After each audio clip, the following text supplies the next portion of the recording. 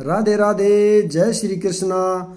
दोस्तों, श्रीमद् भागवत गीता जो मैंने कल भूमिका पढ़ी थी, आज मैं उस भूमिका को आगे बढ़ाते हुए पढ़ रहा हूँ।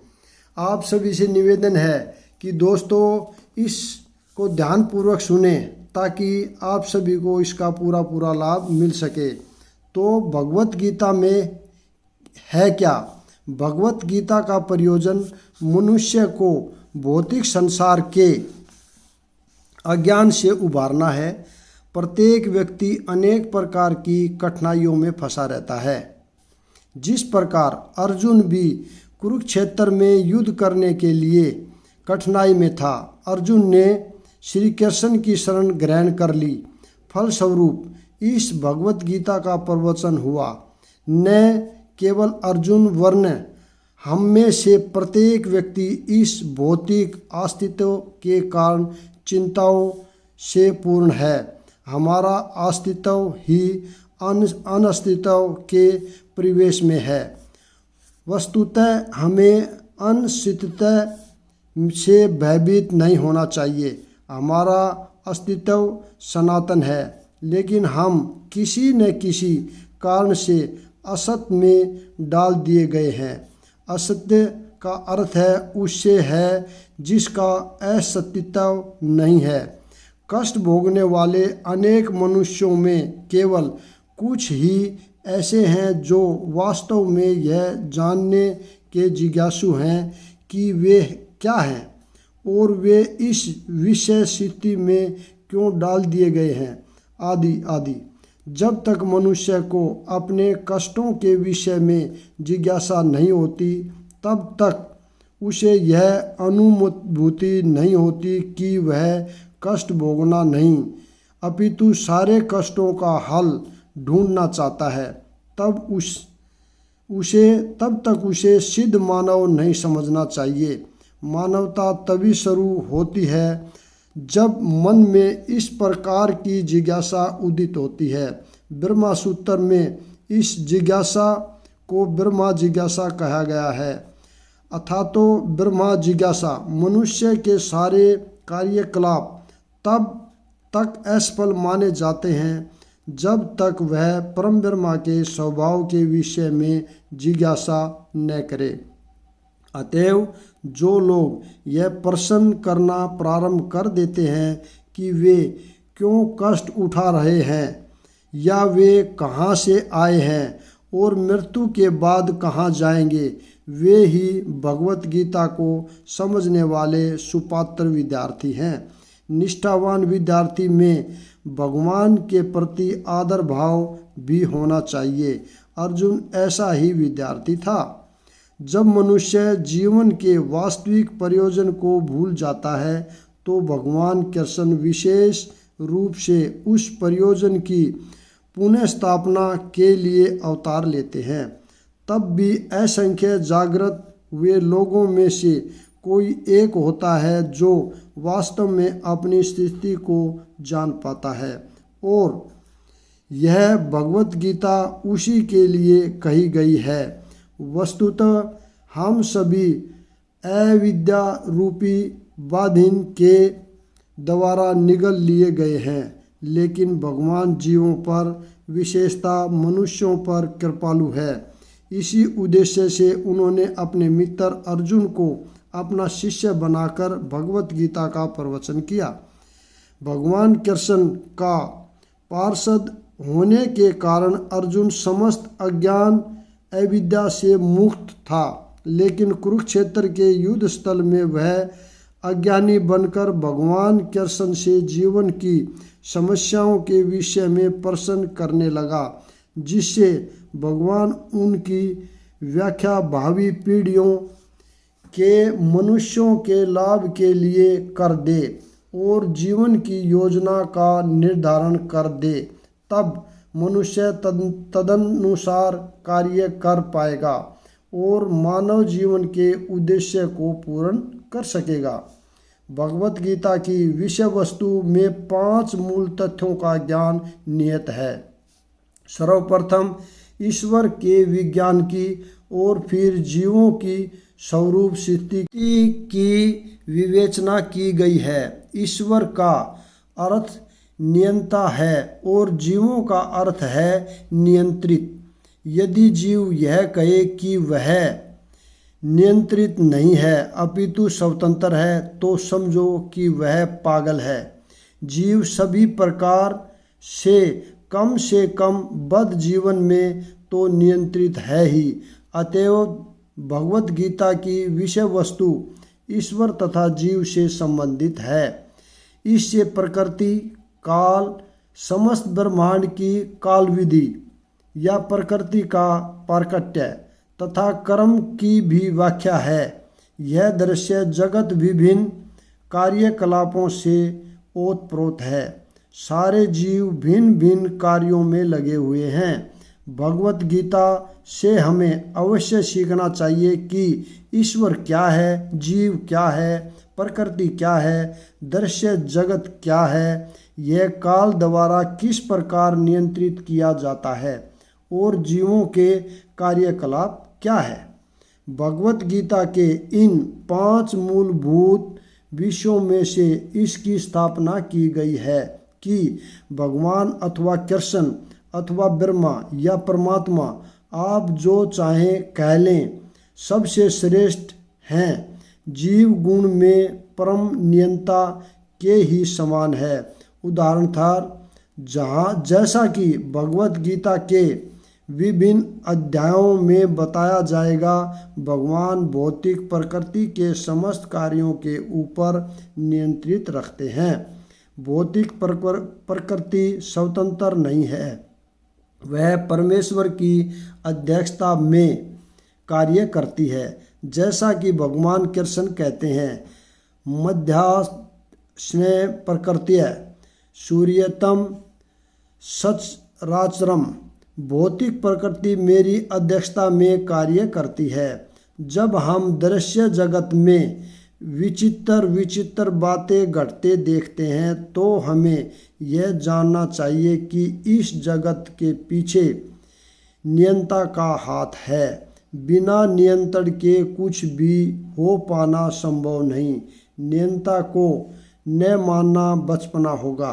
उदाहरणतः एक बालक सोच सकता है कि स्वचालित यान विचलित होता है क्योंकि यह बिना घोड़े के या खींचने वाले पशु से चलता है, किंतु अभिज्ञ व्यक्ति स्वतोचालित यान की अभियांत्रिक व्यवस्था से परिचित होता है। वह सदैव जानता है कि इस यंत्र के पीछे एक व्यक्ति, एक चालक होता है। इसी प्रकार परमेश्वर वह चालक है जिसके निर्देशन में सब कुछ चल रहा है। भगवान ने जीवों को अपने अंश रूप में स्वीकार किया है। जैसा कि हम अगले अध्यायों में देखेंगे, सोने का एक कण भी सोना है, समुद्र के जल की बूंद भी खारी होती है। इसी प्रकार हम जीव भी परम नियंता ईश्वर या भगवान श्री कृष्ण के अंश होने के कारण सूक्ष्म मात्रा में परमेश्वर के सभी गुणों से युक्त होते हैं। क्योंकि हम सूक्ष्म ईश्वर या अधीनस्थ ईश्वर हैं, हम प्रकृति पर नियंत्रण करने का प्रयास कर रहे हैं और इस समय हम अंतरिक्ष या ग्रहों को वश में करना चाहते हैं और हमें नियंत्रण रखने की यह प्रवृत्ति इसलिए है क्योंकि यह कृष्ण में भी है। यद्यपि हम में प्रकृति पर प्रभुत्व जमाने की प्रवृत्ति होती है, लेकिन हमें यह जानना चाहिए कि हम परम नियंता नहीं हैं। इसकी व्याख्या भगवत गीता में की गई है। भौतिक प्रकृति क्या है? गीता में इसकी भी व्याख्या अपरा प्रकृति के रूप में हुई है। जीव को परा प्रकृति, उत्तष्ट प्रकृति कहा गया है।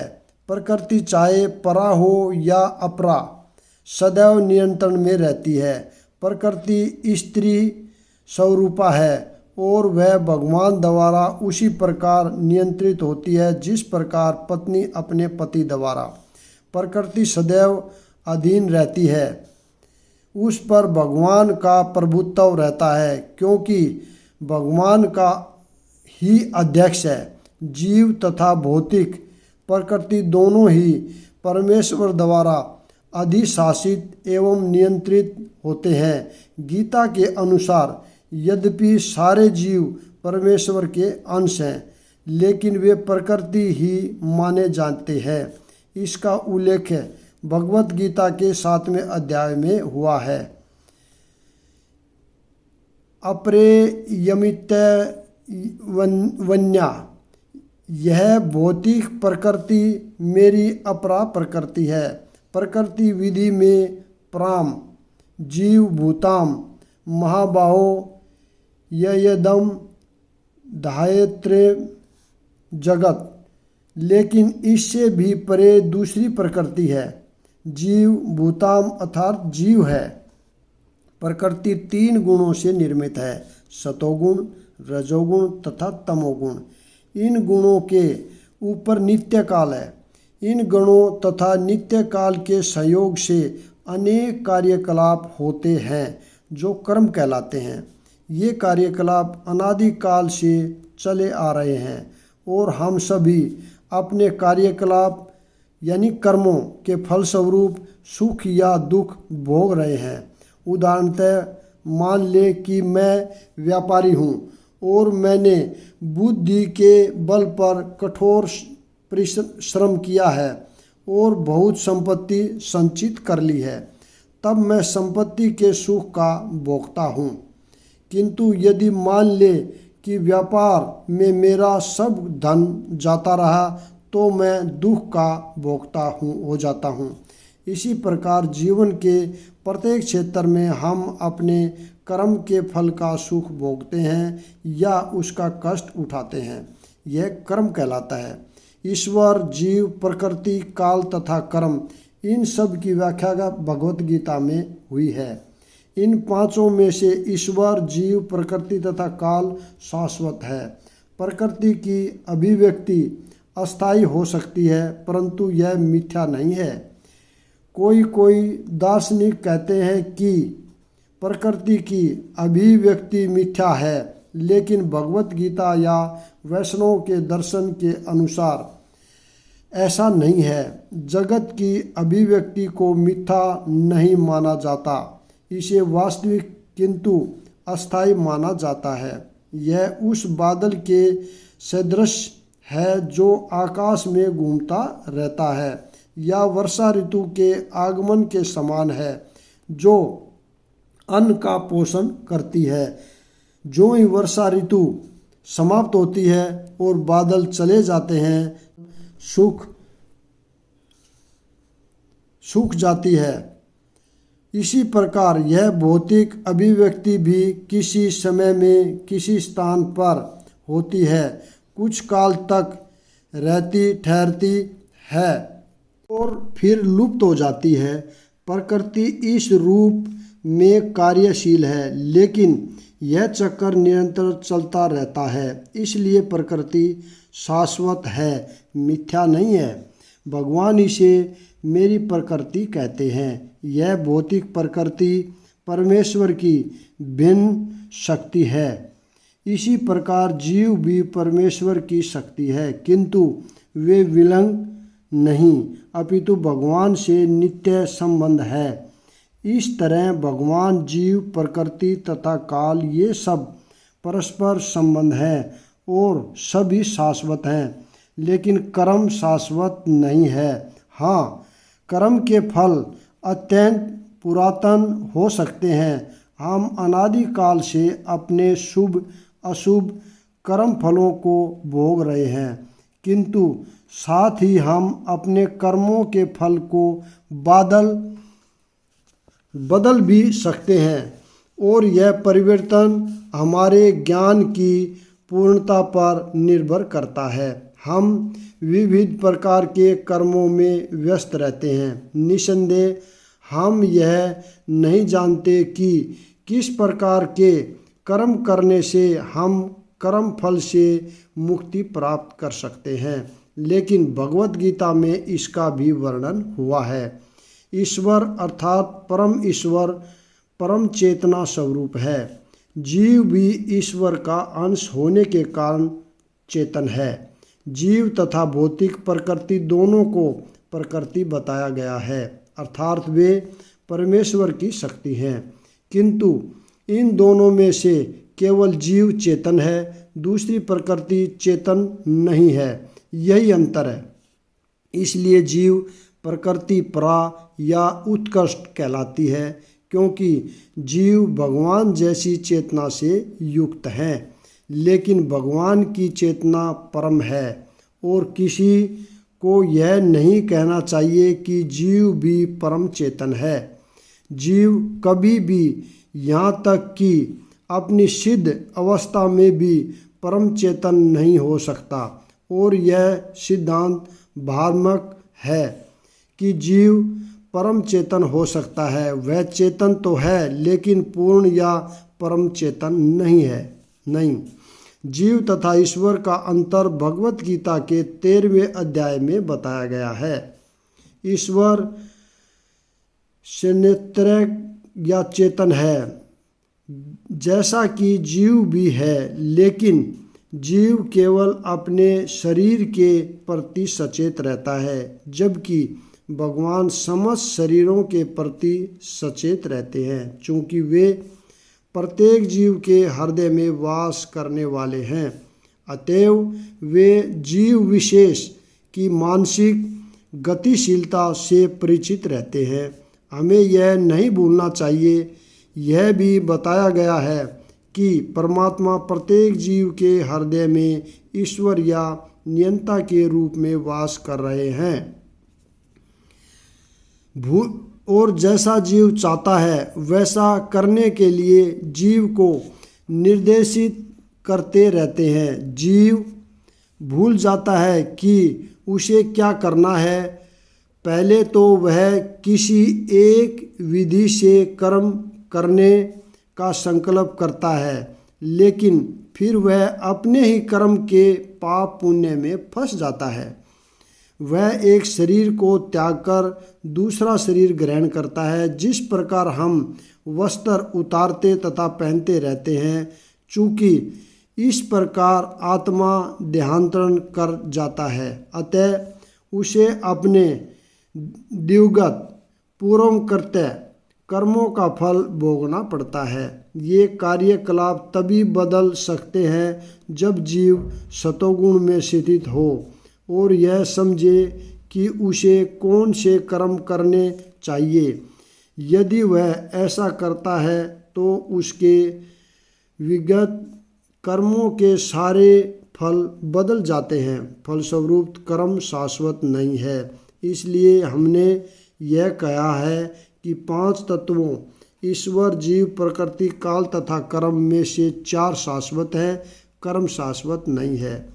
परम चेतन ईश्वर जीव से इस मामलों में समान। भगवान तथा जीव दोनों की चेतनाएं दिव्य हैं। यह चेतना पदार्थ के संयोग से उत्पन्न नहीं होती है, ऐसा सोचना भ्रांति मूलक है। भगवत गीता इस सिद्धांत को स्वीकार नहीं करती कि चेतना भौतिक संयोग की किन्हीं परिस्थितियों में उत्पन्न होती है। यह चेतना भौतिक परिस्थितियों के आवरण के कारण विकृत रूप में प्रतिबिंबित हो सकती है।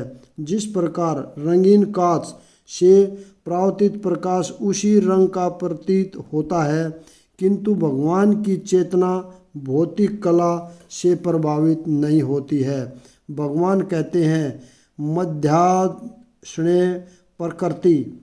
जब वे इस भौतिक विश्व में अवतरित होते हैं तो उनकी चेतना पर भौतिक प्रभाव नहीं पड़ता। यदि वे इस तरह प्रभावित होते तो दिव्य विश्वों के संबंध में उस तरह बोलने के अधिकारी न होते जैसा कि भगवत गीता में बोलते हैं। भौतिक कलमश से ग्रस्त चेतना से मुक्त हुए कोई बिना दिव्य जगत के विषय में कुछ नहीं कह सकता। अतः भगवान भौतिक दृष्टि से कलुषित यानी दूषित नहीं है। भगवत गीता तो शिक्षा देती है कि हमें इस कलुषित चेतना को शुद्ध करना है। शुद्ध चेतना होने पर हमारे सारे कर्म ईश्वर की इच्छा अनुसार होंगे और इससे हम सुखी हो सकेंगे। परंतु इसका अर्थ यह भी नहीं है कि हमें अपने सारे कार्य बंद कर देने चाहिए, अपितु हमें अपने कर्मों को शुद्ध करना चाहिए और शुद्ध कर्म भक्ति कहलाते हैं। भक्ति में कर्म सामान्य कर्म प्रतीत होते हैं किंतु वे कलुषित नहीं होते। एक अज्ञानी व्यक्ति भगत को सामान्य व्यक्ति की भांति कर्म करते देखता है, किंतु ऐसा मूर्ख यह नहीं समझता कि भगत या भगवान के कर्म अशुद्ध चेतना या पदार्थ से कलुषित नहीं होते, वे त्रिगुणातीत होते हैं। जो भी हो, हमें यह जान लेना चाहिए कि अभी हमारी चेतना कलुषित है। जब तक भौतिक दृष्टि से कलुषित होते हैं तो हम बद्ध कहलाते हैं। मिथ्या चेतना का प्राकट्य इसलिए होता है कि हम अपने आप को प्रकृति का प्रतिफल मान बैठते हैं। यह मिथ्या अहंकार कहलाता है। जो व्यक्ति देहात्म बुद्धि में लीन रहता है वह अपनी स्थिति को नहीं समझ पाता। भगवत गीता का प्रवचन देहात्म बुद्धि से मनुष्य को मुक्त करने के लिए ही हुआ था और भगवान से यह सूचना प्राप्त करने के लिए ही अर्जुन ने अपने आप को इस अवस्था में उपस्थित किया था। मनुष्य को देहात्म बुद्धि से मुक्त होना है और अध्यात्मवादी के लिए प्रारंभिक कर्तव्य यही है। जो मुक्त होना चाहता है, जो स्वच्छ रहना चाहता है, उसे सर्वप्रथम यह जान लेना होगा कि वह शरीर नहीं है। मुक्ति का अर्थ है भौतिक चेतना से स्वतंत्रता। श्रीमद् भागवत से भी मुक्ति की परिभाषा दी गई है। मुक्ति हित्वा न यथारूपम स्वरूपेण व्यवसित्य। मुक्ति का अर्थ है इस भौतिक जगत की कलुषित चेतना से मुक्त होना और शुद्ध चेतना में स्थित होना। भगवत गीता के सारे उपदेश का मंतव्य इसी शुद्ध चेतना को जागृत करना है। इसलिए हम गीता के अंत में कृष्ण को अर्जुन से यह प्रश्न करते पाते हैं कि वह विशुद्ध चेतना को प्राप्त हुआ या नहीं। शुद्ध चेतना का अर्थ है भगवान के आदेश अनुसार कर्म करना। शुद्ध चेतना का यही सार है। भगवान का अंश होने के कारण हमें चेतना पहले से ही रहती है, लेकिन हमसे निष्कृष्ट गुणों द्वारा प्रभावित होने की प्रकृति पाई जाती है, किंतु भगवान परमेश्वर होने के कारण कभी प्रभावित नहीं होते। परमेश्वर तथा शूद्र जीवों में यही अंतर है। यह चेतना क्या है? यह है मैं हूँ। तो फिर मैं हूँ क्या है? कलुषित चेतना में मैं हूँ का अर्थ है कि मैं सर्वे सर्वा हूँ, मैं ही भोगता हूँ। यह संसार चलायमान है क्योंकि प्रत्येक जीव यही सोचता है कि वही इस भौतिक जगत का स्वामी तथा सृष्टा है। भौतिक चेतना के दो मनोमय विभाग हैं। एक के अनुसार मैं ही सृष्टा हूँ और दूसरे के अनुसार मैं ही भोगता हूँ, लेकिन वास्तव में परमेश्वर सृष्टा तथा भोक्ता दोनों हैं और परमेश्वर का अंश होने के कारण जीव न तो सृष्टा है और न ही भोगता है।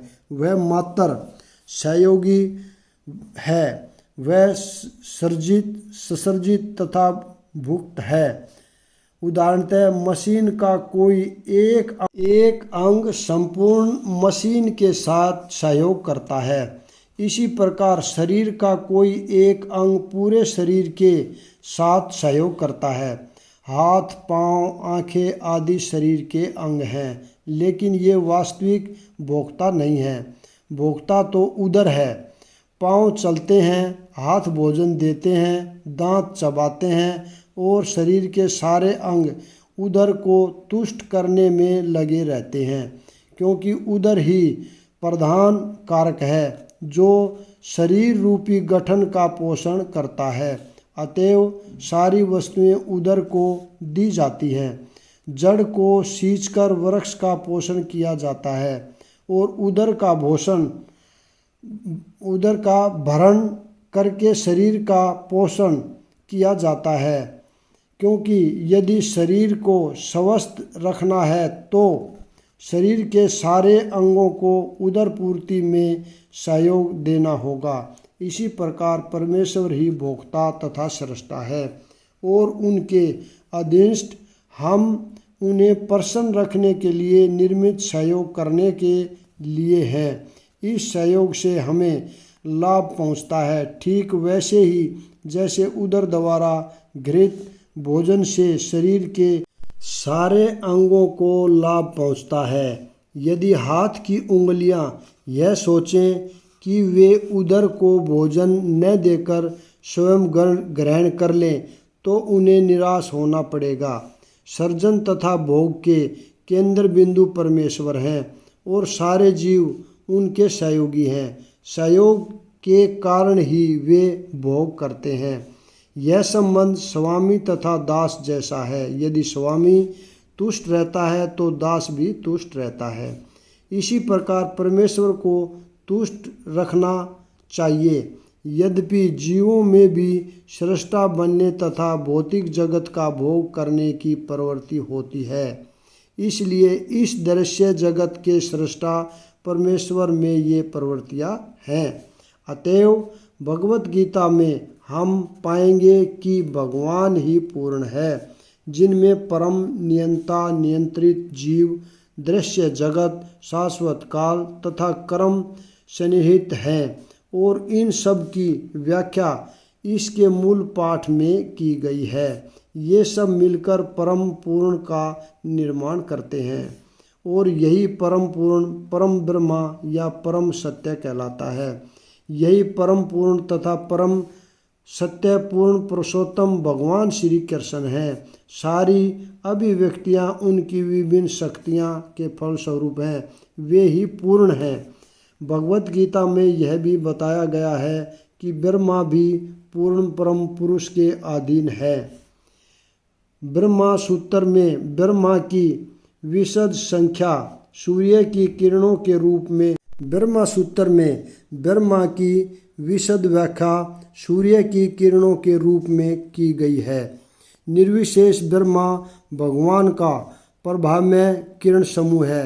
निर्विशेष ब्रह्मा पूर्ण ब्रह्मा की अपूर्ण अनुभूति है और इसी तरह परमात्मा की धारणा भी है। 15वें अध्याय में यह देखा जाएगा कि भगवान पुरुषोत्तम निर्विशेष ब्रह्मा तथा परमात्मा की आंशिक अनुभूति से बढ़कर है। भगवान को सच्चिदानंद विग्रह कहा जाता है। ब्रह्मा संहिता का शुभ आरंभ इस प्रकार से होता है। गोविंद या कृष्ण सभी कारणों के कारण हैं। वे ही आदि कारण हैं और सत, चित तथा आनंद के रूप हैं।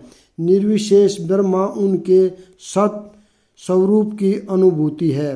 परमात्मा सत चित की अनुभूति है, परंतु भगवान कृष्ण समस्त दिव्य स्वरूपों की अनुभूति है।